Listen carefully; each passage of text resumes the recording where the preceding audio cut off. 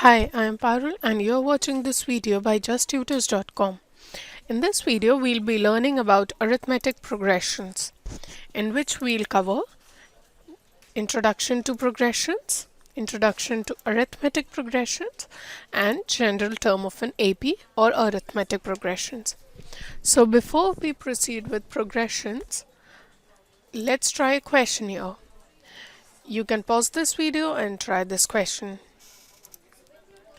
So in this question, we have to work out the next two terms of the given series. So let's have a look at the first series. Here, the numbers are 1, 4, 9, 16. So if we closely look at the pattern that is being followed by these numbers, we come to know that consecutive odd numbers are being added. Here 3, then 5, then 7, and the next number after 7 in odd category is 9. So on adding 9 to 16 we get 25. If we add the next odd number, we get 36, and the number we added is 11. In the next series we can see that the numbers are decreasing, so that means something is being subtracted. So if we closely look at the numbers, the number being subtracted is 5. So if we subtract 5 from minus 7, we get minus 12. If we subtract 5 from minus 12, we get minus 17. Pat your back if both your answers are correct and you have correctly worked out both the series. Well done. Now let's proceed with progressions. So progressions are nothing but a series or sequence of number which follows a certain specific pattern, and that is called as progression. For example, let's have a look at the series given here. So it's 6, 12, 18, 24. So we can clearly make out that this is series of times table of 6. Or we can say that 6 is being added to every previous number except for the first one. So the number after 24 will be 30 and then 36. Now let's see what is arithmetic progression. Arithmetic progression is a series or sequence of numbers in which each term is obtained by adding or subtracting a fixed number to the preceding term except for the first term.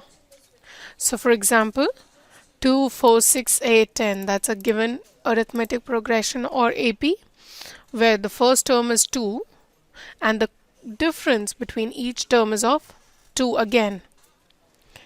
Or we can say that 2 is being added to each preceding term to get the next one.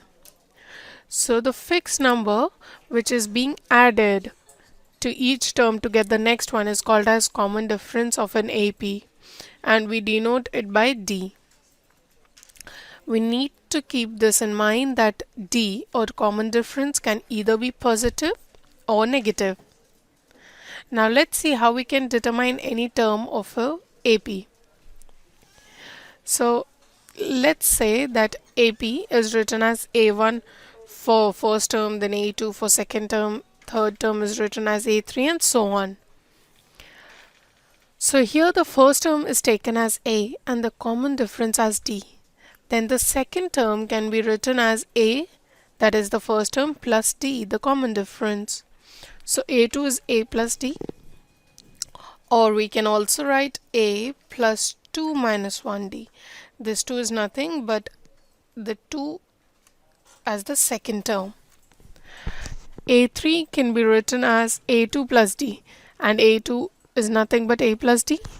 So A plus twice D is A3, and that 2 can be written as 3 minus 1 because it's the third term about which we are talking. So looking at the pattern which is being followed here, the general term of any AP is AN equals to A plus n minus 1D. This formula, this rule can be used to work out any term of any AP. Just to keep in mind that if M is the last term of AP, then AM is also written as L, and that L is nothing but just represents the last term. Now, based on these concepts that we have just learned, here are some questions for you to practice. You can pause this video and try these questions. And once you are done, please make sure you check your answers from here. Pat your back if all your answers are correct. Well done. Thank you for watching this video. For more, please visit justtutors.com.